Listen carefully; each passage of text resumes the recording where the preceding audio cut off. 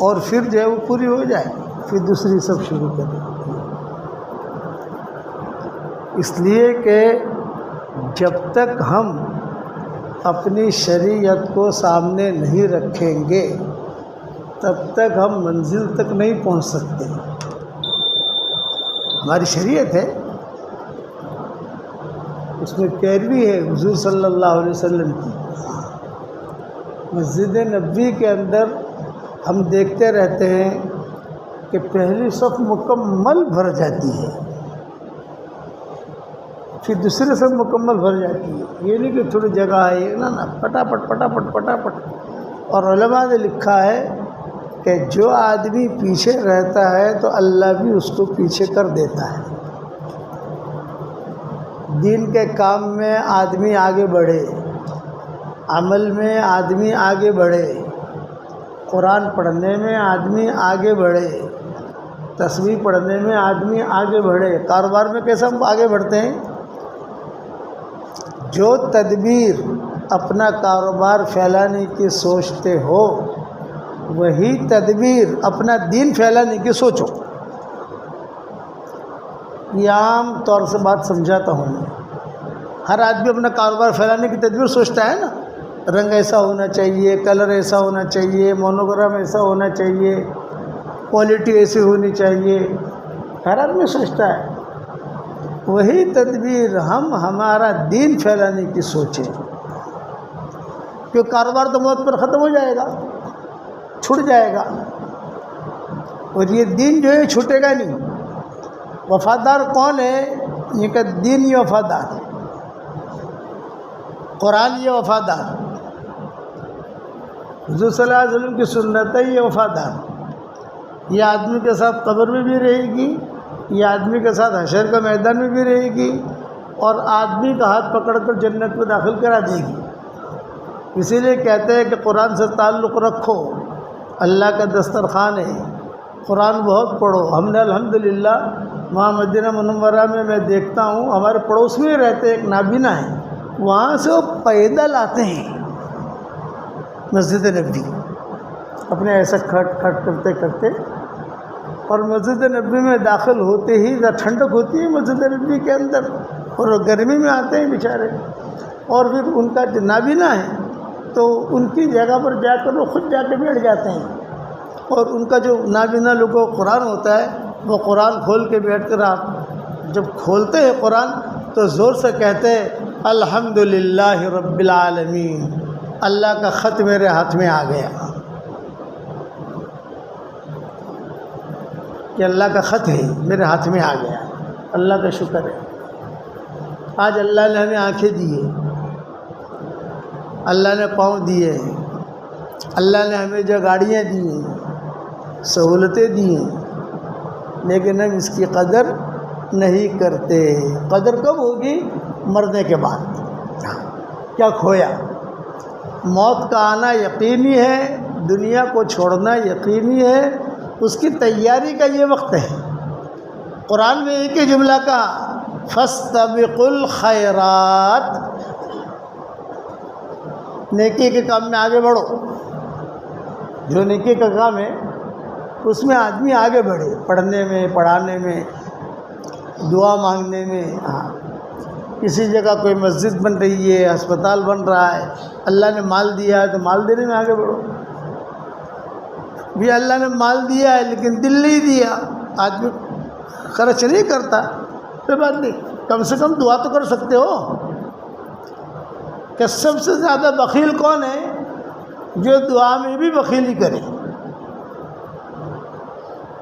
کہ یہ سب سے زیادہ بدبخت ہے. بدبخت کہتے ہیں نا کہ اس کا دل ضمیر مر گیا، کہ جو مخلوق کے لیے دعا نہ کرے. اس کے لیے دعا کرے، پورے مخلوق کے لیے ہم دعا کر رہے ہیں. حضور صلی اللہ علیہ وسلم نے یہ جملہ فرمایا خیر الناس انفعهم للناس. یہ آپ کا پیغام ہے حضور صلی اللہ علیہ وسلم کا. خیر الناس انفعهم للناس، بہترین انسان وہ ہے جو انسانوں کو فائدہ پہنچائے. یہاں مسلمان کا جملہ نہیں کہا ہے کہ بہترین مسلمان وہ ہے جو مسلمانوں کو فائدہ پہنچائے. یہ نہیں کہا کہ بہترین مومن وہ ہے جو مومنوں کو فائدہ پہنچائے، یہ نہیں کہا خیر الناس انفعہم للناس، کہ بہترین انسان وہ ہے جو انسانوں کو فائدہ پہنچائے۔ اور ایک جملہ اور فرمایا الخلق عیال اللہ، حدیث شریف میں آتا ہے الخلق عیال اللہ، ساری مخلوق اللہ کا کنبہ ہے، اس میں انسان بھی آ گئے، جنات بھی آ گئے، جانور بھی آ گئی، مچھلیاں بھی آ گئی، شیر بھی آ گئے، سب مخلوق جو مخلوق ہے وہ اللہ کا کنبہ ہے۔ اس لیے دعا کیا مانگنی چاہیے؟ اے اللہ تیری مخلوق میں سے جو پریشان حال ہو اس کی پریشانیوں کو دور کر۔ روزانہ ایک مرتبہ یہ دعا مانگا کرو، پڑھو میرے ساتھ، اے میں ہمارے پیارے اللہ تیری مخلوق میں سے جو پریشان حال ہو اس کے پریشانی کو دور کر، اور اے ہمارے پیارے اللہ تیری مخلوق میں سے جسے دکان کی ضرورت ہو اسے دکان دے دے، جسے مکان کی ضرورت ہو اسے مکان دے دے، اور جو بیمار ہو تو ان کو شفا دے دے، یہاں تک کہ مچھلیاں بھی بیمار ہو تو ان کے لیے بھی شفا کی دعا مانگو۔ یہ اونچا آدمی ہے جو یہ دعا مانگے گا۔ اللہ سے جب مانگنا ہے تو تھوڑا اور چھوٹا کیوں مانگنے کا بھائی؟ ہم کو تو دینا نہیں ہے، کس کو دینا ہے؟ اللہ کو دینا ہے۔ تو اللہ سے جب مانگنا ہے تو تھوڑا کیوں مانگنے کا، چھوٹی چیز کیوں مانگنے کی؟ ٹاپ مانگو۔ اچھا ہم یہ دعا مانگیں گے تو اس میں ہمارا فائدہ بھی ہے، دوسرے کے لیے دعا مانگیں گے تو فرشتہ کہے گا اللہ تجھ کو بھی دے، اللہ تیری پریشانی بھی دور کرے گی۔ ہماری دعا قبول ہوگی کہ نہیں ہوگی ہم تو گنہگار ہیں، لیکن فرشتے کی دعا تو ضرور قبول ہوگی۔ اب میری بات سمجھ میں آ رہی نہیں آ رہی ہے؟ یہ میرا گاؤں ہے تو میرے گاؤں میں آپ کو یہ میں نصیحت کر رہا ہوں کہ ہمارے حوصلے بلند ہونے چاہیے، دین کے متعلق ہمارے حوصلے بلند ہونے چاہیے۔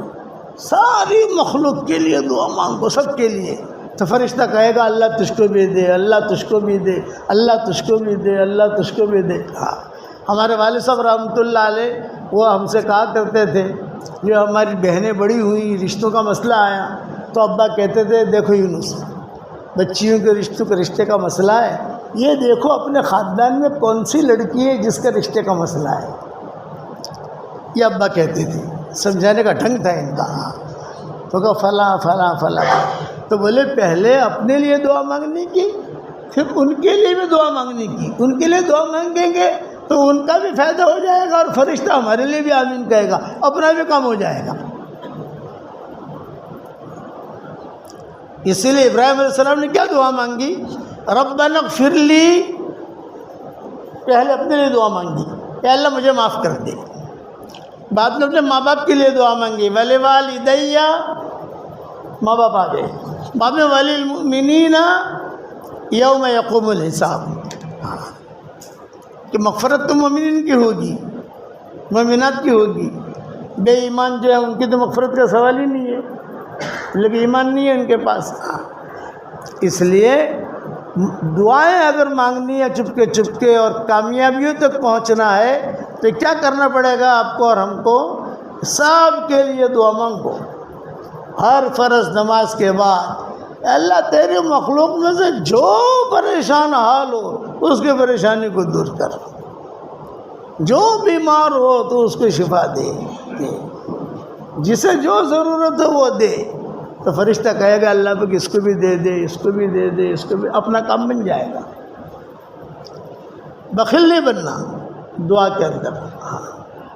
اور ایک دعا آپ کو میں سکھا رہا ہوں، اگر آدمی پڑھ لے تو حضور صلی اللہ علیہ وسلم فرماتے ہیں کہ دنیا میں جتنے مسلمان مرد اور عورتیں ہوں گی ان سب کے برابر اللہ اس کے اکاؤنٹ میں نیکیاں داخل کرے گا۔ پڑھو میرے ساتھ، ربنا اغفر لی ولوالدی وللمؤمنین یوم یقوم الحساب۔ یہ سورہ ابراہیم کی آیت ہے۔ اپنے استاذ کو یا امام صاحب کو کہو گے تو بتا کے دے دیں گے، آپ نکال کے دے دیں گے آپ کو۔ ایک مرتبہ ہر فرض نماز کے بعد پڑھ لو تو اپنی نیکیاں اپنے سارے مسلمانوں کے بعد جتنے مسلمان ہیں دنیا میں، مرد اور عورتیں، ان سب کے برابر اللہ ہمیں نیکیاں دے گا۔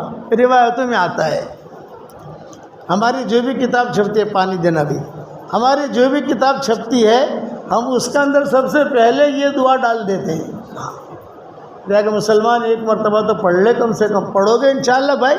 اچھا، چونکہ ہمارے گناہ بھی بہت ہیں، نیکیاں جمع کر تو گناہ بھی تو معاف کرانے ہیں نا۔ اب ایک دعا پڑھو میرے ساتھ، اللہم مغفرتک اوسع من ذنوبی ورحمتک ارجع عندی من عملی، اللہم مغفرتک اوسع من ذنوبی ورحمتک ارجع عندی من عملی، اللہم مغفرتک اوسع من ذنوبی ورحمتک ارجع عندی من عملی۔ حضور صلی اللہ علیہ وسلم فرماتے ہیں 3 مرتبہ اگر یہ آدمی دعا مانگ لے تو دعا مانگتے ہی اللہ تعالیٰ اس کے سارے گناہ معاف کر دیتا ہے۔ میری کتاب مومن کا ہتھیار تو ہوگی نا بھائی، ساری دنیا میں پہنچے، لیکن میرے گاؤں میں پہنچے کہ نہیں پہنچی؟ گٹھا مند والے کے پاس بھی ہے کہ نہیں ہے؟ ہوگی۔ اس کے اندر میں نے دعائیں لکھی ہیں اور حدیث کے حوالے بھی لکھ دیے ہیں سارے کے سارے۔ یہ دعا مانگنے کا بھی اہتمام کرو، اور چونکہ میرا گاؤں ہے آپ کے ہدیہ دیتا ہوں، قبول کرو گے بھائی؟ اللہ تعالیٰ توفیق دے تو روزانہ 313 مرتبہ سورہ اخلاص پڑھنے کی عادت ڈال دو، اور 313 مرتبہ درود شریف پڑھنے کی عادت ڈال دو، اور 313 مرتبہ استغفار پڑھنے کی عادت ڈال دو، اور 313 مرتبہ سورہ کوثر پڑھنے کی عادت ڈال دو، اور 313 مرتبہ آیت الکرسی پڑھنے کی عادت ڈال دو، اور 313 مرتبہ سورہ فاتحہ پڑھنے کی عادت ڈال دو۔ ایک دن میں نہیں پڑھ سکتے کوئی حرج نہیں، 2 دن میں پورا کرو، 3 دن میں پورا کرو، 4 دن میں پورا کرو تو صحیح۔ اس کے بعد اللہ تعالیٰ اتنی نعمتیں دے گا کہ آپ کہو گے کہ اللہ پاک یہ نعمتیں کہاں سے آ رہی ہے؟ دنیا میں بھی دے گا، مرنے کے بعد بھی دے گا۔ یہ جنت کے خزانوں میں سے جو چیزیں ہیں یہ بتائیے میں نے آپ کو، عرش کا خزانہ، جنت کا خزانہ، ٹاپ 1 کہتے ہیں نا، ٹاپ 1۔ تھوڑا تھوڑا کر کے آدمی پڑھے، تھوڑا تھوڑا کر کے، روزانہ نہیں پڑھ سکتا تو 2 دن میں پورا کرے، 3 دن میں پورا کرے، مائیں بہنیں پورا کرے۔ گاؤں والوں کو تو خصوصی ہدیہ دیا جاتا ہے نا بھائی، پڑھو گے انشاءاللہ؟ جنت میں محل بھی تیار ہوں گے، اور دنیا کے اندر بھی اللہ برکتیں دے گا، سارے کام اللہ بنائے گا، کرنے والے اللہ ہیں، ہر چیز ہر منزل میں اللہ کی محتاج ہے، اللہ کسی منزل میں بھی کسی چیز کا محتاج اور پابند نہیں ہے۔ اب ایک دعا پڑھاتا ہوں جو حضور صلی اللہ علیہ وسلم نے فرمایا کہ مہینے میں دن میں 1 مرتبہ پڑھو، یا رات میں 1 مرتبہ پڑھو، یا مہینے میں 1 مرتبہ پڑھو۔ کتنی فیسلٹی ہے بھائی، مہینے میں 1 مرتبہ، تو بھی اللہ تعالیٰ تمہارے سارے گناہ معاف کر دے گا۔ پڑھو میرے ساتھ، لا الہ الا اللہ واللہ اکبر، لا الہ الا اللہ وحدہ، لا الہ الا اللہ ولا شریک لہ لا الہ الا اللہ لہ الملک ولہ الحمد لا الہ الا اللہ ولا حول ولا قوت الا باللہ۔ آپ صلی اللہ علیہ وسلم نے فرمایا دن میں ایک مرتبہ پڑھ لے، نہیں پڑھ سکتا، رات میں ایک مرتبہ پڑھ لے، نہیں پڑھ سکتا، مہینے میں ایک مرتبہ پڑھ لے تو بھی اللہ تیرے گناہوں کو معاف کر دے گا۔ یہ ہر فرض نماز کے بعد کے کارڈ ہیں، اب آ رہے ہیں مارکیٹ میں انشاءاللہ، چھپ رہے ہیں، آپ تک بھی پہنچ جائیں گے انشاءاللہ۔ اس میں نے خزانہ جمع کر دیا ہے، ٹھیک ہے۔ دوسرا، بیویوں کا اکرام کرو، عزت کرو۔ عورت سے لڑائی کرنے سے کیا فائدہ؟ گٹھا من میں آدمی جو عورتوں سے لڑتا ہے، ارے بیوی سے لڑنا ہے تو پہلوان سے لڑو نا، بیوی لڑنے۔ الحمدللہ نحمدہ ونستعینہ ونستغفرہ ونؤمن بہ ونتوکل علیہ ونعوذ باللہ من شرور انفسنا ومن سیئات اعمالنا ونعوذ باللہ من شرور انفسنا ومن سیئات اعمالنا ونعوذ باللہ من شرور انفسنا ومن سیئات اعمالنا من يهده الله فلا مضل له ومن يضلله فلا هادي له ونشهد أن لا إله إلا الله وحده لا شريك له ونشهد أن سيدنا ومولانا محمدا عبده ورسوله صلى الله عليه وعلى آله وأصحابه وبارك وسلم تسليما كثيرا كثيرا أما بعد فأعوذ بالله من الشيطان الرجيم بسم الله الرحمن الرحيم يا أيها الذين آمنوا اذكروا الله ذكرا كثيرا وسبحوه بكرة وأصيلا هو الذي يصلي عليكم وملائكته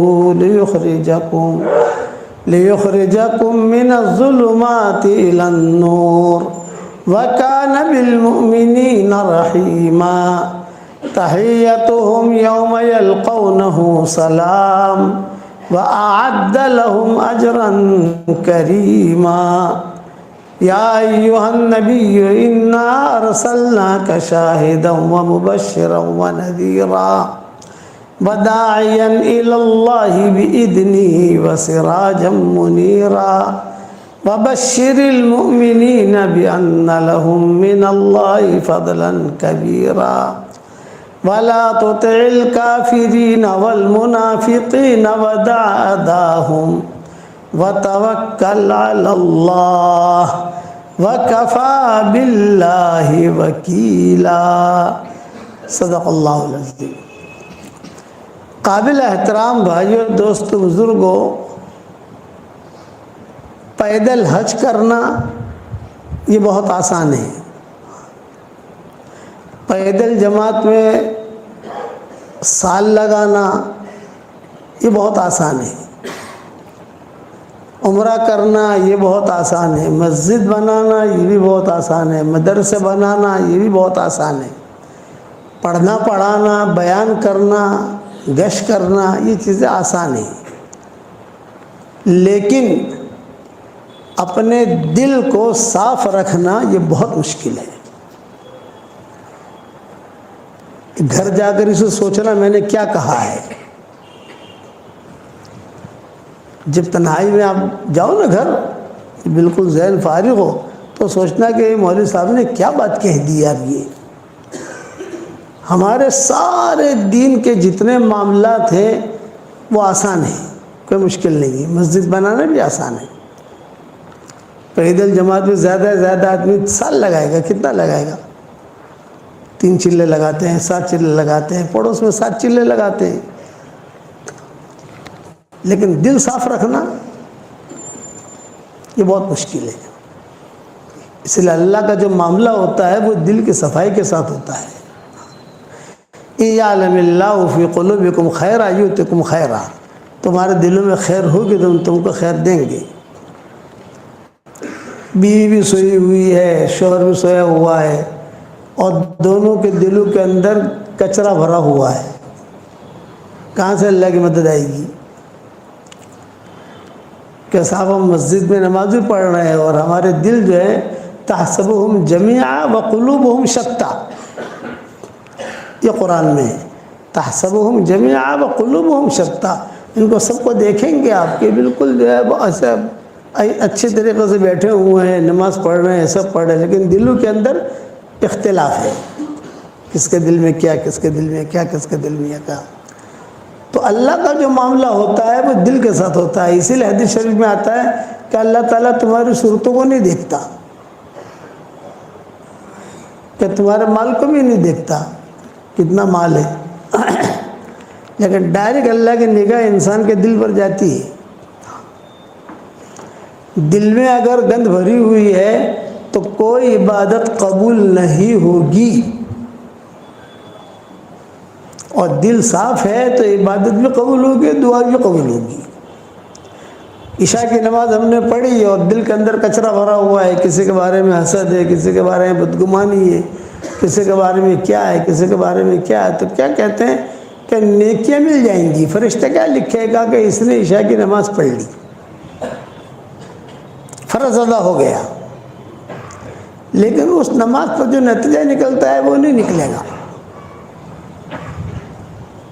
وہ نہیں نکلے گا۔ اس لیے اس وقت میں یہ بنیادی چیز ہے کہ آدمی اپنے دل پر بھی محنت کرے۔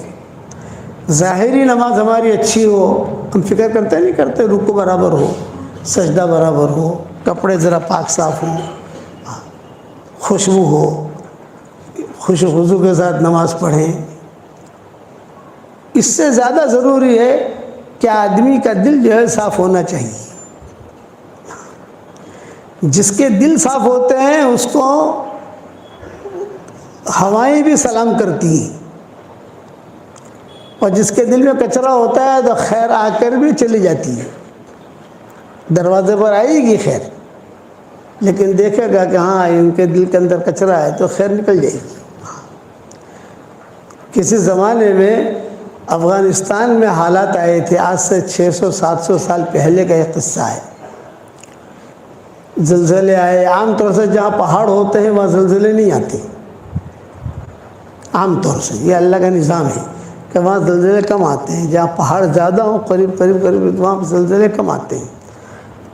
وہ پہاڑ جو ہے وہ زمین کو ہلنے سے وہ روک دیتے ہیں، تو وہاں پہاڑ بہت ہے، لیکن کچھ وہ حالات آئے ان پر 700 سال پہلے، کو لاوا پھٹا، آگ نکلی، اس میں پھر زلزلہ بھی آیا، کئی لوگ دائیں بائیں ہو گئے، تو ایک عورت اپنے چھوٹے بچوں کو لے کر وہاں سے پیدل تاشقند پہنچی۔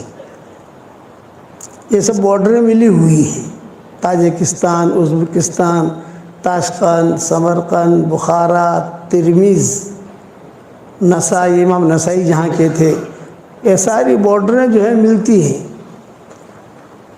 وہ بچ گئی ایک عورت اپنے بچوں کو لے کر، اس کا شوہر انتقال ہو گیا، اس کے ماں باپ مر گئے، بھائی بہن مر گئے، ابھی جان بچا کر اللہ حفاظت فرمائے، اس کو کہتے ہیں بوائق دہر،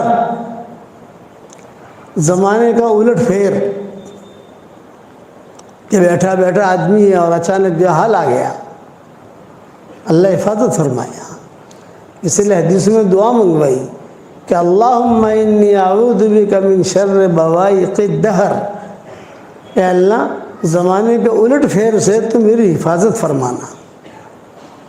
حدیثوں میں دعائیں آتی ہیں، میں نے میری کتاب اللہ کی پناہ میں یہ دعا بہت اہتمام سے لکھی ہے، اور شاید میں نے اس کے بارے میں سبق بھی دیا ہوگا، یاد نہیں ہے ابھی مجھے، جیسے ہمارے واٹس ایپ پر سبق آتے ہیں اس میں میں نے کسی جگہ پڑھوایا ہے لوگوں کو۔ تو یہ عورت چلتے چلتے اپنے جان بچا کر، بچوں کی جان بچا کر، میں کس پر سنا رہا ہوں یہ قصہ؟ دل کی صفائی۔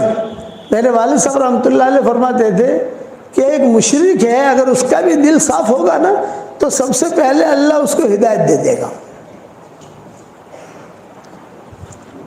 یہ ابا فروخت کی ہے مشرک، لیکن دل اگر صاف ہے اور یہ دل سے جو لوگوں کی خدمت کرنا سوچتا ہے، یہ کرتا ہے، تو سب سے پہلا کام اللہ کی طرف سے یہ ہوگا کہ اس کو ہدایت ملے گی، کار خیر کرنے کی توفیق ملے گی، آگے بڑھتا رہے گا وہ۔ تو یہ لڑکی بیچاری پہنچی تاشقند اپنے بچوں کو لے کر، تو امیر تاشقند جو تھا یہ مسلمان تھا، سیدھی گئی وہاں پر، اور وہاں جا کر اس نے اس سے کہا کہ دیکھ میں جو ہے سید گھرانے کی ہوں، اور افغانستان سے چلتے چلتے چھوٹے بچوں کو لے کر آئی ہوں، میرا سارا گھر اجڑ گیا ہے، اور میں سید گھرانے کی ہوں، تو میری مدد کر۔ تو اس نے کہا میں تیری مدد کروں، لیکن ایک شرط کے ساتھ کہ تو سید گھرانے کی ہے تو دلیل لا، ثبوت لا، ثبوت۔ بھئی تو سید گھرانے کی ہے، کیا ثبوت ہے؟ کوئی رستے میں چلتے چلتے کہہ دے میں سید گھرانے کا ہوں تو ایسا تو مانا نہیں جاتا، کوئی ثبوت ہوتا ہے، تیرے پاس سند ہو، تیرے پاس ثبوت ہو، تیرے پاس کوئی دلیل ہو تو تو لا۔ تو اس لڑکی نے کہا کہ میں ثبوت کہاں سے لاؤں، سارا گھر ہی اجڑ گیا میرا، میرے پاس کوئی ثبوت نہیں ہے۔ تو اس بات سے وہ جو امیر تاشقند تھا اس نے کہا کہ میں مدد نہیں کرتا، تھا مسلمان، خیر اس کے گھر پر آئی لیکن خیر کی قدر نہیں کی اس نے، وہ لڑکی چلے گئی۔ اس کے بنگلے کے سامنے ایک مجوسی کا بنگلہ تھا، ایرانی، وہاں گئی، دستک دی، وہ نکلا، سیٹ نکلا، آپ بہن کیوں آئی ہو؟ یہ فرمایا کہ میں جو ہے سید گھرانے کی ہوں اور بہت حالات میں آئی ہوں اور آپ میری مدد کریں۔ تو اس نے کہا اچھا اچھا تم سید گھرانے کی ہو، بنت رسول، حضور صلی اللہ علیہ وسلم کی بیٹی؟ ہاں، ارے آ جاؤ آ جاؤ آ جاؤ آ جاؤ، بہت اکرام کیا، حالانکہ وہ مجوسی تھا، وہ امیر جو تھا وہ مسلمان تھا اور یہ مجوسی تھا، لیکن صاف دل کا تھا، معاملات کا کلیئر تھا۔ تو چنانچہ کتابوں میں لکھا ہے کہ دیکھو یہ 3 کمرے جو ہے وہ تیرے ہیں، تیری بچوں کے، تو آرام سے رہے جب تک تو زندہ رہے اور تیرے بچے زندہ رہے، تب تک تو رہے یہاں پر، میری طرف سے اجازت ہے، کھانا پینا سب تجھے مل جائے گا، فکر مت کرنا۔ خیر لڑکی خوش ہو گئی کہ اس مسلمان نے مدد نہیں کی، یہ مجوسی نے مدد کی۔ رات کو وہ جو امیر تاشقند تھا یہ سویا، اس نے خواب میں دیکھا کہ جنت سجی ہوئی ہے، لدی ہوئی ہے، اور حضور صلی اللہ علیہ وسلم اس جنت کی چابی لے کر باہر کھڑے ہیں۔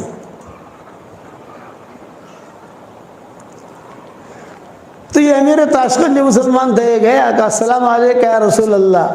آپ نے کہا وعلیکم السلام۔ تو یہ چابی کس کی ہے جنت کی؟ تو آپ نے کہا مومن کی ہے، مومن کی۔ تو اس نے کہا میں بھی مومن ہوں۔ تو آپ نے کہا اچھا تو مومن ہے، دلیل لا، ثبوت لا، ثبوت، سند، کیا دلیل ہے کہ تو مومن ہے؟ جب آپ نے اتنا جملہ کہا خواب میں کہ تم دلیل لا، ثبوت لا، سند لا، وہ سمجھ گیا۔ پھر حضور صلی اللہ علیہ وسلم نے ڈانٹا اس کو خواب میں، میری بیٹی تیرے پاس آئی تھی اور کہا میں سید گھرانے کی ہوں، اور تو نے دلیل مانگی، ثبوت مانگا، سند مانگی، اور تو نے اس کی مدد نہیں کی، تو میں تجھے چابی کیسے دوں؟ تو مومن ہے، دلیل لا۔ خیر وہ حضور نے جب ڈانٹا تو وہ گھبرا کر کھڑا ہو گیا، خواب اس کا پورا ہو گیا۔ اسے پتا تھا کہ یہ لڑکی گئی ہے مجوسی کے یہاں، سیدھا گیا یہ مجوسی کے یہاں اور کہا آن الملک، میں بادشاہ ہوں، یعنی یہاں کا امیر تو میں ہوں۔ وہ لڑکی جو تمہارے پاس آئی ہے وہاں یہی بات کہی، یعنی ہماری سنائی نہیں، وہ تو بڑا آدمی ہے۔ تو ساتھیوں نے کہا جو تم نے بات کہی ہے وہی بات تقی صاحب نے فلاں جگہ کہی۔ ایک چیز دیکھی میں نے وہاں کہ دل بہت صاف. اس لیے میرا یہ جملہ گھر جا کر بھی تھوڑا سا سوچنا کہ مولوی صاحب نے کیا کہا. یہ ہر کام آسان ہے، دل کو صاف رکھنا مشکل ہے، اور اللہ کی جو مدد آتی ہے وہ دل کی صفائی کے ساتھ آتی ہے. انما یتقبل اللہ من المتقین. دل صاف ہوگا تو خیریں سلام کریں گی آپ کو. جیسے مجوسی کو بھی اللہ نے ہدایت دے دی، دل صاف تھا اس کا، ہدایت مل گئی اس کو. اور جو مسلمان تھا بادشاہ، اور جس کا تعلق بھی بڑے بڑے لوگوں سے، لیکن دل میں کچرا بھرا ہوا تھا، تو اللہ نے اسے محروم کر دیا. پوری سیرت میں آپ کو یہ قصے ملیں گے، پوری سیرت میں. طفیل ابن عمرو الدوسی تھے، ان کا دل بہت صاف تھا، بہت بڑے شاعر تھے، قبیلے بنی دوس. حضرت ابو ہریرہ اسی قبیلے کی تھی رضی اللہ تعالیٰ عنہ. یہ جب مکہ مکرمہ آئے تو مکہ مکرمہ یہ آئے حضور صلی اللہ علیہ وسلم سے ملنے نہیں آئے تھے. جیسے مشرکین مکہ آتے تھے مکہ مکرمہ عمرے کے لیے آتے تھے، طواف کرتے تھے، شرابیں پیتے تھے، اور آ کر وہاں زمزم کا پانی پیتے تھے، اپنے اعتبار سے دعائیں مانگتے تھے، پھر چلے جاتے تھے. وہ اس اعتبار سے آئے تھے طفیل بن عمرو الدوسی. تو مشرکین مکہ کو پتہ چلا کہ طفیل آئے ہیں، طفیل آئے ہیں. بہت ہمارے علامہ اقبال کے سب معروف ہیں کہ علامہ اقبال کے اشعار، علامہ اقبال. ویسے یہ طفیل بن عمرو الدوسی تھے،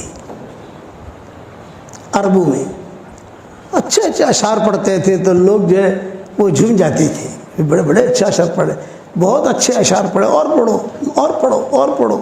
یہ طفیل بن عمرو الدوسی دل کے صاف،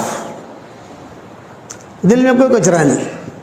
یہ جب مکہ مکرمہ پہنچے تو مشرکین مکہ نے دیکھا کہ ارے طفیل آئے، طفیل اتنا بڑا آدمی آیا ہے، بہت لبیب. ان کو کہتے تھے طفیل بن عمرو الدوسی کان شاعرا کان لبیبا، یہ ان کا نام تھا. کان شاعرا کان لبیبا. لبیب کا مطلب یہ بہت زیادہ عقل مند. معمولی اشارہ بھی سمجھ لے. تو مشرکین مکہ نے ان کو گھیر لیا اور گھیر کر یوں کہا کہ طفیل تم یہاں مکہ میں آئے ہو، لیکن تمہیں پتہ چلنا چاہیے ایک آدمی ہے جس کا نام محمد احمد ہے، وہ اپنے آپ کو کہتا ہے میں اللہ کا نبی ہوں، تو تم جو ہے اس کی بات مت سننا. اس کی بات میں اتنا جادو ہے کہ تمہارے شہر میں جادو نہیں ہے. تم جو اشعار پڑھتے ہو اشعار میں جادو نہیں ہے، بس اس کی بات تمہارے کان میں نہ پڑے. خوفنی، حدیثوں کو جملہ خوفنی، ڈرایا مجھے، بہت ڈرایا، اور میں ڈر بھی گیا. انسان جو ہے یہ تو کمزور ہے نا. کسی چیز کے بارے میں کچھ کہو، یہ کہو بکری کو دیکھنا مت، بکری کو دیکھنا مت، اتنی بات تم چلاؤ تو لوگ یہ واقعہ دیکھنا چھوڑ دیں گے اس کو. انسان اثر لیتا ہے، جنات اثر نہیں لیتا. انسان جلد باز ہے، جنات جلد باز نہیں ہے. انسان جھگڑالو ہے، جنات جو جھگڑالو نہیں ہے. اسی لیے قرآن میں کہا وَكَانَ الْإِنسَانُ أَكْثَرَ شَيْءٍ جَدَلًا. انسان جھگڑالو. جنات کے بارے میں اللہ نے نہیں کہا یہ جھگڑالو ہے. وَكَانَ الْإِنسَانُ عَجُولًا. انسان جلد باز ہے. اِذَا مَسَّهُ الشَّرُّ جَزُوعًا وَإِذَا مَسَّهُ الْخَيْرُ مَنُوعًا. یہ انسان کی صفتیں بیان کی ہیں، جناتوں کی صفت بیان نہیں کی کہ ان کے یہاں جلد بازی نہیں ملے گی، ان کے یہاں جھگڑا نہیں ملے گا. بتھم بتھا تھوڑی بہت تو ہوگی، لیکن ہماری طرح جھگڑے نہیں ہوں گے کہ اس کو قتل کر دے، اس کو قتل کر دے، اس کا مال ہڑپ کر جاوے، اس کا مال ہڑپ کر جاوے. یہ چیز نہیں، اپنی زندگی گزاریں گے وہ. تو یہ انسان کے بارے میں کہا وَكَانَ الْإِنسَانُ أَكْثَرَ شَيْءٍ جَدَلًا. ان لوگوں نے جو مکہ والوں سے اتنا ڈرایا تو طفیل بن عمرو الدوسی کہتے تھے کہ مجھے اتنا ڈرایا یار، میں نے کبھی کسی کی برائی اتنی سنی نہیں جتنے انہوں نے حضور کے کیے. اور پھر اتفاق ایسا ہوا کہ حضور صلی اللہ علیہ وسلم تشریف لائے حرم میں اور آپ نے نماز کی نیت باندھ دی تو مشرکین مکہ نے کہا دیکھ وہ کھڑے ہیں، وہ ہے محمد، وہ بات مت سننا، وہ کھڑے دیکھ. اب میں اتنا ڈرا، میں نے کہا بھائی مجھے روئی لا کر دو کہیں سے روئی، طواف کرنا ہے، تو وہ طواف کرنا ہے، تو مجھے جو ان کی تم لوگوں نے ڈرایا ہے کہ اس کی بات تیرے کان میں نہیں پڑے، تیرے کان میں اگر اس کی بات پڑ گئی یا اس کی کوئی آواز پڑ گئی تو گیا۔ تو طفیل بن عمرو الدوسی کہتے تھے میں نے روئی لی اور روئی لے کر اپنے دونوں کانوں میں ڈالی اور میں نے بیت اللہ کا طواف شروع کیا۔ خدا کا کرنا، بیت اللہ کا طواف شروع کیا تو حضور صلی اللہ علیہ وسلم جہاں نماز پڑھتے تھے وہاں قریب جب پہنچتا تو زور سے ہوا آتی اور وہ ہوا دونوں روئی نکلتی تھی۔ 7 چکروں میں ایسا ہوا کہ جہاں قریب جاؤں تو دونوں روئی جو ہے وہ ہوا نکال دے، اور حضور کے قریب سے گزروں تو کچھ نہ کچھ سمجھ گئے نا، آواز کان میں پڑ جاوے، اور بھاگ کر جا کر روئی لوں، پھر سے ٹھوسوں یہ کروں، لیکن جہاں حضور کے قریب جاؤں تیز ہوا آوے اور ہوا جو ہے وہ ہوا آ کر فوراً روئی نکل جائے۔ تو میں نے یہ سوچا، طفیل بن عمرو الدوسی کہتے تھے صاف دل کے آدمی تھے، کچرا نہیں تھا۔ آج آپ لوگ نیت کرو کہ ہمیں ہمارے دلوں کو صاف رکھنا ہے، اور بہت تنہائی میں بیٹھ کے یہ میرا مضمون سوچنا کہ پیدل جماعت میں وقت لگانا بھی آسان ہے، اور پیر کے پاس جانا بھی آسان ہے، مرید بننا بھی آسان ہے، مرید بنانا بھی آسان ہے، قرآن پڑھنا بھی آسان ہے، پیدل حج کرنا بھی آسان ہے، زکوٰۃ نکالنا بھی آسان ہے، لیکن دل کو صاف رکھنا یہ کڑا امتحان ہے، بہت سخت امتحان ہے۔ اذ ختم اللہ علی قلوبہم وعلی سمعہم وعلی ابصارہم غشاوہ، پہلے دل لائے، فی قلوبہم مرض فزادہم اللہ مرضا، دلوں کے اندر بیماریاں تھیں تو بیماری کو اللہ نے اور بڑھا دیا۔ تو طفیل بن عمرو الدوسی کہتے تھے میں نے جب طواف پورا کر لیا تو میرے دل میں یہ بات آئی کہ یار طفیل تو بہت بڑا شاعر ہے، لبیب ہے، سمجھدار ہے، ذرا محمد سے بات تو کرو۔ بیٹھ گئے حضور کے پاس اور حضور صلی اللہ علیہ وسلم سے کہا کہ آپ کون ہیں، کیا چاہتے ہیں، آپ کے گھر والے، آپ کے سب رشتہ دار یہ سارے کے سارے آپ کی مخالفت کرتے ہیں۔ آپ نے فرمایا میں کچھ نہیں چاہتا۔ حضور صلی اللہ علیہ وسلم نے قرآن کی آیتیں پڑھنی شروع کی۔ قرآن تو قرآن ہے، قرآن ایسا کلام ہے کہ جس کا دل صاف ہوگا تو ڈائریکٹ دل پر اثر کرے گا، اور جس کے دل میں کچرا ہوگا وہ اس کا دل اثر کرے گا ہی نہیں۔ قرآن کا کوئی اثر نہیں ہوگا اس پر۔ اسی لیے حضور صلی اللہ علیہ وسلم دعا مانگتے تھے کہ اللہم طہر قلبی من النفاق، اے اللہ میرے دل کو تو پاک کر نفاق سے۔ اور نبی منافق ہو سکتا ہے بھائی؟ مجھے دعا مانگتے تھے کہ اللہم طہر قلبی من النفاق، اللہم انی اسألک قلبا سلیما۔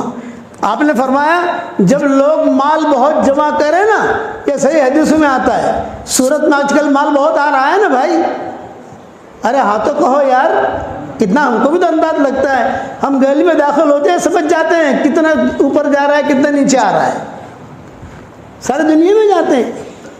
تو جب مال لوگ بہت جمع کریں تو اللہ تعالیٰ سے دل کی صفائی مانگو، اللہم انی اسألک قلبا سلیما۔ لمبی حدیث ہے، اس کا ایک ٹکڑا میں نے کہہ دیا کہ اللہم انی اسألک قلبا سلیما، الا من اتى اللہ بقلب سلیم، قرآن میں اذ جاء ربہ بقلب سلیم۔ تو یہ طفیل بن عمرو الدوسی جو تھے یہ قلب سلیم والے تھے۔ حضور صلی اللہ علیہ وسلم نے کچھ نہیں کہا، حضور نے قرآن کی آیتیں پڑھی، بس جہاں حضور نے قرآن کی آیتیں پڑھی تو پہلے یوں دیکھتے تھے حضور کو، اور وہ جو ہے حضور قرآن کی آیت پڑھتے گئے آہستہ آہستہ آہستہ آہستہ، ان کی نگاہیں نیچے ہوتی گئی۔ یہ پہلے پاؤں پھیلا کر بیٹھے تھے، بعد میں پاؤں جو ہے سکڑ لیے۔ قرآن ہے۔